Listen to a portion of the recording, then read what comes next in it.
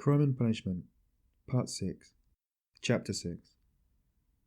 He spent that evening till 10 o'clock, going from one low haunt to another.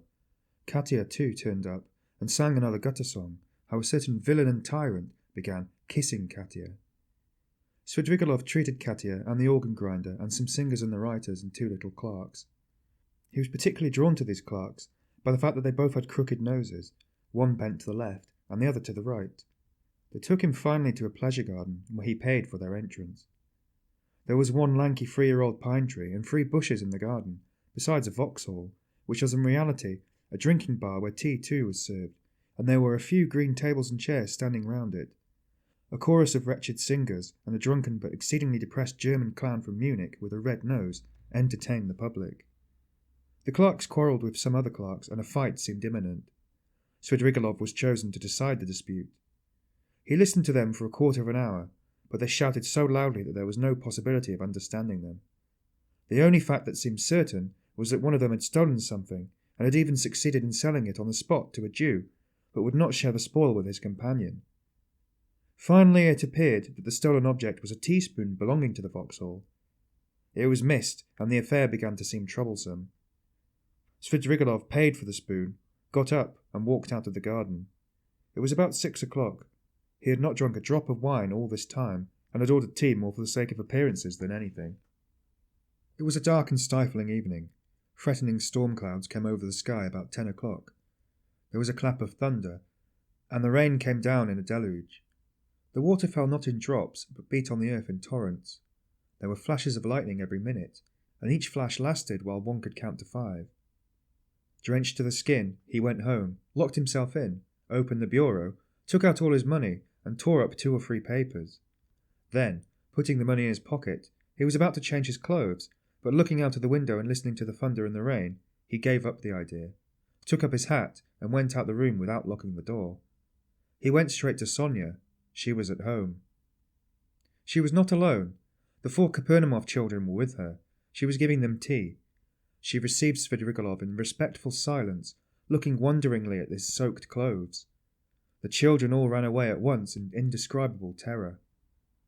Svidrigailov sat down at the table and asked Sonia to sit beside him. She timidly prepared to listen. "I may be going to America, Sophia Semyonovna," said Svidrigailov, "and as I am probably seeing you for the last time, I have come to make some arrangements." "Well, did you see the lady today?" "I know what she said to you. You need not tell me." Sonia made a movement and blushed. "Those people have their own way of doing things. As to your sisters and your brother, they are really provided for, and the money assigned to them are put into safekeeping and have received acknowledgments. You had better take charge of the receipts, in case anything happens. Here, take them." "Well now, that's settled. Here are 3 5% bonds to the value of 3,000 roubles. Take those for yourself, entirely for yourself, and let that be strictly between ourselves, so that no one knows of it, whatever you hear. You will need the money, for to go on living in the old way, Sophia Semyonovna, is bad, and besides, there is no need for it now." "I am so much indebted to you, and so are the children and my stepmother," said Sonia hurriedly, "and if I've said so little, please don't consider—" "That's enough! That's enough. "But as for the money, Arkády Ivánovitch, I am very grateful to you, but I don't need it now. I can always earn my own living. Don't think me ungrateful. If you are so charitable, that money, it's for you, Sophia Semyonovna, and please don't waste words over it. I haven't time for it. You will want it. Rodion Romanovitch has 2 alternatives, a bullet in the brain or Siberia." Sonia looked wildly at him and started. "Don't be uneasy. I know all about it from himself, and I am not a gossip. I won't tell anyone. It was good advice when you told him to give himself up and confess. It will be much better for him. Well, if it turns out to be Siberia, he will go and you will follow him. That's so, isn't it? And if so, you'll need money. You'll need it for him. Do you understand? Giving it to you is the same as my giving it to him. Besides, you promised Amalia Ivanovna to pay what's owing. I heard you. How can you undertake such obligations so heedlessly, Sophia Semyonovna? It was Katerina Ivanovna's debt and not yours, so you ought not to have taken any notice of the German woman. You can't get through the world like that. If you are ever questioned about me, tomorrow or the day after, you may be asked. Don't say anything about my coming to see you now, and don't show the money to anyone or say a word about it. Well now, goodbye." He got up. "My greetings to Rodion Romanovich. By the way, you'd better put the money for the present in Mr. Razumikin's keeping. You know Mr. Razumikin? Of course you do. He's not a bad fellow. Take it to him tomorrow, or when the time comes. Until then, hide it carefully." Sonia too jumped up from her chair and looked in dismay at Svidrigailov. She longed to speak, to ask a question, but for the first moments she did not dare and did not know how to begin. How can you be going now, in such rain?" "Why, be starting for America, and be stopped by rain? Ha ha! Goodbye, Sophia Semyonovna, my dear. Live and live long. You will be of use to others. By the way, tell Mr. Razumikin I send my greetings to him. Tell him Arkády Ivánovitch Svidrigailov sends his greetings. Be sure to." He went out, leaving Sonia in a state of wondering anxiety and vague apprehension. It appeared afterwards that on the same evening at 11:20 he made another very eccentric and unexpected visit. The rain still persisted. Drenched to the skin, he walked into the little flat where the parents of his betrothed lived, in 3rd Street on Vasilyevsky Island. He knocked some time before he was admitted, and his visit at first caused great perturbation. But Svidrigailov could be very fascinating when he liked, so that the first, and indeed very intelligent surmise of the sensible parents, that Svidrigailov had probably had too much to drink, that he did not know what he was doing, vanished immediately. The decrepit father was wheeled in to see Svidrigailov by the tender and sensible mother, who, as usual, began the conversation with various irrelevant questions. She never asked a direct question, but began by smiling and rubbing her hands, and then, if she were obliged to ascertain something, for instance, when Svidrigailov would like to have the wedding, she would begin by interested and almost eager questions about Paris and the court life there, and only by degrees bring the conversation round to 3rd Street. On other occasions, this had of course been very impressive, but this time Arkády Ivánovitch seemed particularly impatient, and insisted on seeing his betrothed at once, though he had been informed, to begin with, that she had already gone to bed. The girl, of course, appeared. Svidrigailov informed her at once that he was obliged by very important affairs to leave Petersburg for a time, and therefore brought her 15,000 roubles and begged her to accept them as a present from him, as he had long been intending to make her this trifling present before their wedding.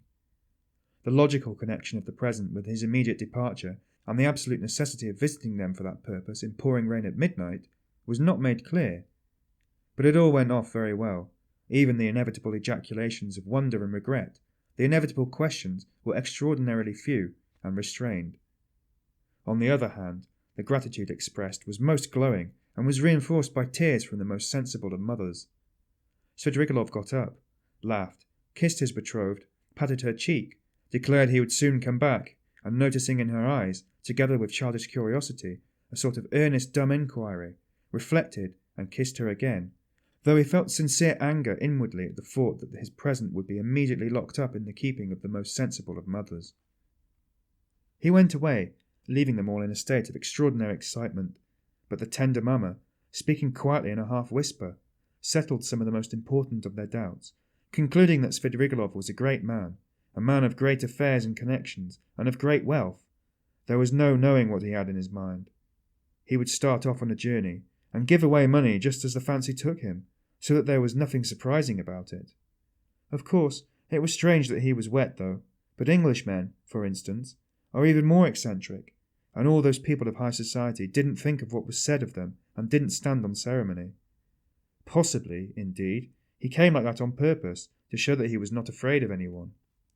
Above all, not a word should be said about it, for God knows what might come of it, and the money must be locked up. And it was most fortunate Fedosia, the cook, had not left the kitchen. And above all, not a word must be said to that old cat Madame Resslich, and so on and so on. They sat up whispering till 2 o'clock, but the girl went to bed much earlier, amazed and rather sorrowful. Svidrigailov, meanwhile, exactly at midnight, crossed the bridge to Petrovsky Island. The rain had ceased, and there was a roaring wind. He began shivering, and for one moment he gazed at the black waters of the little Neva with a look of special interest, even inquiry. but he still felt it very cold, standing by the water. He turned and went towards Y Prospect. He walked along that endless street for a long time, almost half an hour, more than once stumbling in the dark on the wooden pavement, but continually looking for something on the right side of the street.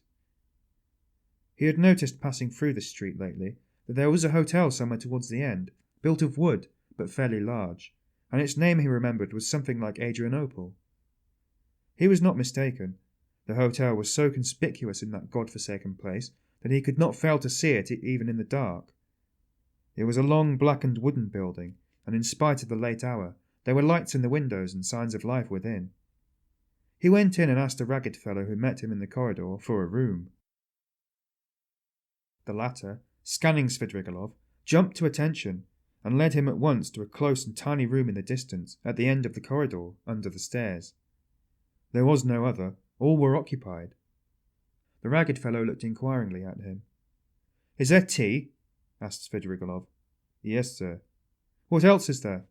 "Veal, vodka, savouries." "Bring me tea and veal." "And you want nothing else?" he asked with apparent surprise. Nothing. The ragged man went away, completely disillusioned. "It must be a nice place," thought Svidrigailov. "How was it I didn't know it? I expect I look as if I come from a café chantant and have had some adventures on the way. It would be interesting to know who stays here." He lighted the candle and looked at the room more carefully. It was a room so low-pitched that Svidrigailov could only just stand up in it. It had one window, and the bed, which was very dirty, and the stained deal chair and table almost filled it up. The walls looked as though they were made of planks and were covered with shabby paper, so torn and dusty that the pattern was indistinguishable, though the general colour, yellow, could still be made out. One of the walls was cut short by the sloping ceiling, though the room was not an attic, but just under the stairs. Svidrigailov set down the candle, sat down on the bed, and sank into thought. But a strange, persistent murmur, which sometimes rose to a shout in the next room, attracted his attention. The murmur had not ceased from the moment he entered the room. He listened. Someone was upbraiding and almost tearfully scolding, but he heard only one voice. Svidrigailov got up, shaded the light with his hand, and at once he saw through a crack in the wall. He went up and peeped through. The room, which was somewhat larger than his, had two occupants. One of them, a very curly-headed man with a red inflamed face, was standing in the pose of an orator without his coat, with his legs wide apart to preserve his balance, and smiting himself on the breast. He reproached the other with being a beggar, and having no standing whatever. He declared that he had taken the other out of the gutter, and he could turn him out when he liked, and that only the finger of Providence sees it all. The object of his reproaches was sitting in the chair, and had the air of a man who wants dreadfully to sneeze, but can't. He sometimes turned sheepish and befogged eyes on the speaker, but obviously had not the slightest idea what he was talking about, and scarcely heard it. A candle was burning down on the table. There were wine glasses, a nearly empty bottle of vodka, bread and cucumber, and glasses with the dregs of stale tea. After gazing attentively at this, Svidrigailov turned away indifferently, and sat down on the bed. The ragged attendant, returning with the tea, could not resist asking him again whether he didn't want anything more, and again, receiving a negative reply, finally withdrew. Svidrigailov made haste to drink a glass of tea to warm himself, but could not eat anything. He began to feel feverish. He took off his coat, and wrapping himself in the blanket, lay down on the bed. He was annoyed. It would have been better to be well for the occasion, he thought with a smile. The room was close. The candle burnt dimly. The wind was roaring outside. He heard a mouse scratching in the corner, and the room smelt of mice and leather. He lay in a sort of reverie. One thought followed another. He felt a longing to fix his imagination on something. It must be a garden under the window, he thought. There's the sound of trees.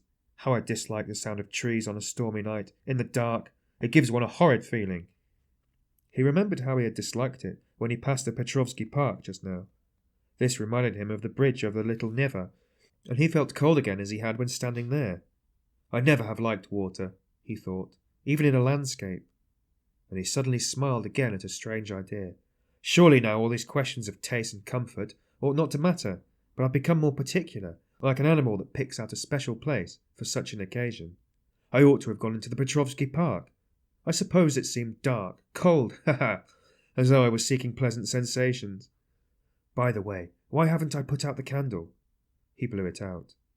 They've gone to bed next door, he thought, not seeing the light at the crack. Well now, Marfa Petrovna, now is the time for you to turn up. It's dark, and the very time and place for you. But now you won't come. He suddenly recalled how, an hour before carrying out his design on Dounia, he had recommended Raskolnikov to trust her to Razumikin's keeping. I suppose I really did say it, as Raskolnikov guessed, to tease myself. But what a rogue that Raskolnikov is. He's gone for a good deal. He may be a successful rogue in time when he's got over his nonsense, but now he's too eager for life. These young men are contemptible on that point. But, hang the fellow, let him please himself, it's nothing to do with me. He could not get to sleep. By degrees, Dounia's image rose before him, and a shudder ran through him. No, I must give up all that now, he thought, rousing himself. I must think of something else. It's queer, and funny. I never had a great hatred for anyone. I never particularly desired to avenge myself even, and that's a bad sign. A bad sign. A bad sign. I never liked quarrelling either, and never lost my temper. That's a bad sign too. And the promises I made her just now too. Damnation. But who knows? Perhaps she would have made a new man of me somehow. He ground his teeth and sank into silence again. Again Dounia's image rose before him, just as she was when after shooting the first shot she had lowered the revolver in terror and gazed blankly at him, so that he might have seized her twice over, and she would not have lifted a hand to defend herself if he had not reminded her. He recalled how at that instant he felt almost sorry for her, how he had felt a pang in his heart. Ah, damnation! These thoughts again! I must put them away. He was dozing off, the feverish shiver having ceased, when suddenly something seemed to run over his arm and leg under the bedclothes. He started. Ugh! Hang it, I believe it's a mouse, he thought. That's the veal I left on the table. He felt fearfully disinclined to pull off the blanket, get up, get cold. But all at once something unpleasant ran over his leg again. He pulled off the blanket and lit the candle. Shaking again with feverish chill, he bent down to examine the bed. There was nothing. He shook the blanket, and suddenly a mouse jumped out onto the sheet. He tried to catch it, but the mouse ran to and fro in zigzags without leaving the bed, slipped between his fingers, ran over his hand, and suddenly darted under the pillow. He threw down the pillow, but in one instant felt something again leap on his chest and dart over his body, and down his back under his shirt. He trembled nervously and woke up. The room was dark.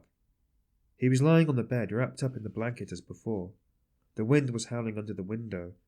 How disgusting, he thought, with annoyance. He got up and sat on the edge of the bedstead with his back to the window. It's better not to sleep at all, he decided. There was a cold, damp draught from the window.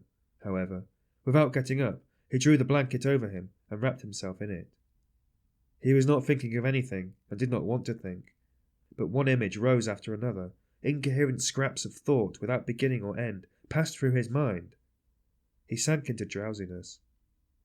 Perhaps the cold, or the dampness, or the dark, or the wind that howled under the window and tossed the trees, roused a sort of persistent craving for the fantastic. He kept dwelling on images of flowers. He fancied a charming flower garden, a bright, warm, almost hot day, a holiday, Trinity Day, a fine, sumptuous country cottage in the English taste, overgrown with fragrant flowers and flower beds going around the house. The porch, wreathed in climbers, was surrounded by beds of roses. A light, cool staircase, carpeted with rich rugs, was decorated with rare plants and china pots. He noticed particularly in the windows nosegays of tender, white, heavily fragranced narcissi bending over their bright green, thick, long stalks. He was reluctant to move away from them, but he went up the stairs and came into a large high drawing-room, and again, everywhere, at the windows, the doors onto the balcony, and on the balcony itself, were flowers. The floors were strewn with freshly cut fragrant hay. The windows were open. A fresh, cool, light air came into the room. The birds were chirruping under the window, and in the middle of the room, on a table covered with a white satin shroud, stood a coffin. The coffin was covered with white silk, and edged with a thick white frill. Wreaths of flowers surrounded it on all sides. Among the flowers lay a girl in a white muslin dress, with her arms crossed and pressed on her bosom, as though carved out of marble. but her loose fair hair was wet. There was a wreath of roses on her head. The stern and already rigid profile of her face looked as though chiselled out of marble too, and the smile on her pale lips was full of an immense unchildish misery and sorrowful appeal. Svidrigailov knew that girl. There was no holy image, no burning candle inside the coffin, no sound of prayers. The girl had drowned herself.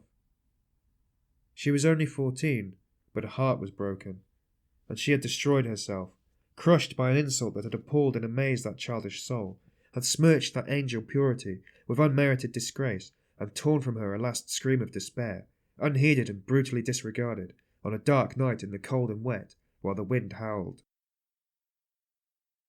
Svidrigailov came to himself, got up from the bed, and went to the window. He felt for the latch and opened it. The wind lashed furiously into the little room, and stung his face and his chest, only covered with his shirt, as though with frost. Under the window there must have been something like a garden, and apparently a pleasure garden. There too probably there were tea-tables and singing in the daytime. Now drops of rain flew in at the window from the trees and bushes. It was dark as in a cellar, so that he could only just make out some dark blurs of objects. Svidrigailov, bending down with elbows on the windowsill, gazed for 5 minutes into the darkness. The boom of a cannon, followed by a second one, resounded in the darkness of the night. Ah, the signal! The river is overflowing, he thought. By morning it will be whirling down the street in the lower parts, flooding the basements and cellars. The cellar rats will swim out, and men will curse in the rain and wind as they drag their rubbish to the upper stories. What time is it now? And he had hardly thought it, when somewhere near, a clock on the wall, ticking away hurriedly, struck 3. Aha! It will be light in an hour. Why wait? I'll go out at once, straight to the park. I'll choose a great bush there drenched with rain, so that as soon as one's shoulder touches it, millions of drops drip on one's head. He moved away from the window, shut it, lighted the candle, put on his waistcoat, his overcoat and his hat, and went out, carrying the candle, into the passage to look for the ragged attendant who would be asleep somewhere in the midst of candle ends and all sorts of rubbish, to pay him for the room and leave the hotel. It's the best minute. I couldn't choose a better. He walked the whole length of a narrow corridor, without finding anyone, and was just going to call out when suddenly, in a dark corner between an old cupboard and the door, he caught sight of a strange object which seemed to be alive. He bent down with a candle and saw a little girl, not more than 5 years old, shivering and crying, with her clothes as wet as a soaking house flannel. She did not seem afraid of Svidrigailov, but looked at him with blank amazement out of her big black eyes. Now and then she sobbed as children do when they have been crying a long time, but are beginning to be comforted. The child's face was pale and tired, and she was numb with cold. How could she have come here? She must have hidden there and not slept all night. He began questioning her. The child, suddenly becoming animated, chattered away in her baby language, something about Mammy, and that Mammy would beat her, and about some cup that she had broken. The child chattered on without stopping. He could only guess from what she said that she was a neglected child, whose mother, probably a drunken cook in the service of the hotel, whipped and frightened her, that the child had broken a cup of her mother's, and was so frightened that she had run away that evening before, had hidden for a long while somewhere outside in the rain, and at last had made her way in here, hidden behind the cupboard, and spent the night there, crying and trembling from the damp, the darkness, and the fear that she would be badly beaten for it. He took her in his arms, went back to his room, sat her on the bed and began undressing her. The torn shoes which she had on her stockingless feet were as wet as if they had been standing in a puddle all night. When he had undressed her, he put her on the bed, covered her up, and wrapped her in a blanket from head to foot. She fell asleep at once, then he sank into dreary musing again. What folly to trouble myself, he decided suddenly with an oppressive feeling of annoyance. What idiocy! In vexation, he took up the candle to go and look for the ragged attendant again, and make haste to go away. Damn the child, he thought, as he opened the door, but he turned again to see whether the child was asleep. He raised the blanket carefully. The child was sleeping soundly. She had got warm under the blanket, and her pale cheeks were flushed. But strange to say, that flush seemed brighter and coarser than the rosy cheeks of childhood. It's the flush of fever, thought Svidrigailov.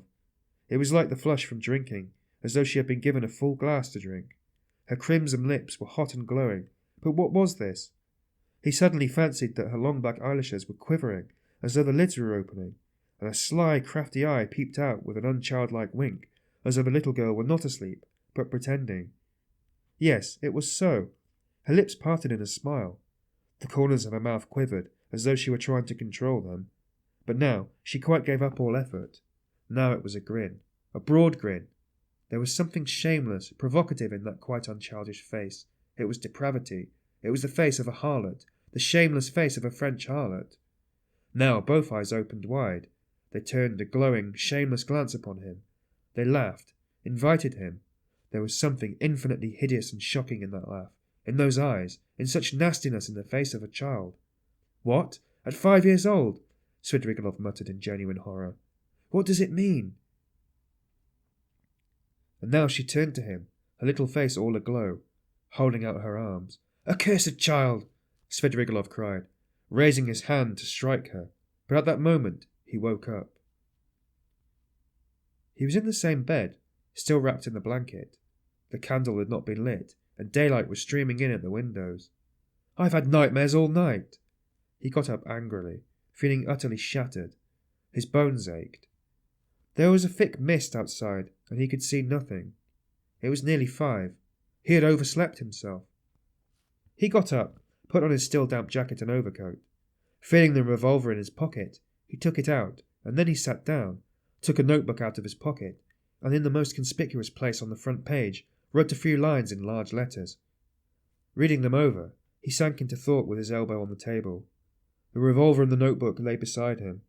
Some flies woke up and settled on the untouched veal, which was still on the table. He stared at them, and at last, with his free right hand, began trying to catch one. He tried till he was tired, but could not catch it. At last, discovering himself engaged in this interesting pursuit, he started, got up, and walked resolutely out of the room. A minute later he was in the street. A thick, milky mist hung over the town. Svidrigailov walked along the slippery, dirty wooden pavement towards the little Neva. He was picturing the waters of the little Neva, swollen in the night, Petrovsky Park, the wet paths, the wet grass, the wet trees and bushes, and at last, the bush. He began ill-humouredly staring at the houses, trying to think of something else. There was not a cabman or a passer-by in the street. The little bright yellow wooden houses looked dirty and dejected with their closed shutters. The cold and damp penetrated his whole body, and he began to shiver. From time to time he came across shop signs and read each carefully. At last he reached the end of the wooden pavement and came to a big stone house. A dirty, shivering dog crossed his path, with its tail between its legs. A man in a greatcoat lay face downwards, dead drunk across the pavement. He looked at him and went on. A high tower stood up to the left. Bah! He thought. Here is a place. Why should it be Petrovsky? It will be in the presence of an official witness, anyway. He almost smiled at his new thought, and turned into the street where the big house with the tower stood. At the great closed gates of the house, a little man leant with his shoulder against them, wrapped in a grey soldier's coat, with a copper Achilles helmet on his head. He cast a drowsy and indifferent glance at Svidrigailov. His face wore that perpetual look of peevish dejection which is so sourly printed on all faces of the Jewish race without exception. They both, Svidrigailov and Achilles, stared at each other for a few minutes without speaking. At last it struck Achilles as irregular for a man not drunk to be standing 3 steps from him, staring and not saying a word. "What do you want here?" he said, without moving or changing his position. "Nothing, brother. Good morning," answered Svidrigailov. "This isn't the place." "I'm going to foreign parts, brother." "To foreign parts?" "To America." "America?" Svidrigailov took out the revolver and cocked it. Achilles raised his eyebrows. "I say, this is not the place for such jokes." "Why shouldn't it be the place?" "Because it isn't." "Well, brother, I don't mind that. It's a good place." When you are asked, "You just say he was going," he said, "to America." He put the revolver to his right temple. "You can't do that here, it's not the place," cried Achilles, rousing himself, his eyes growing bigger and bigger. Svidrigailov pulled the trigger.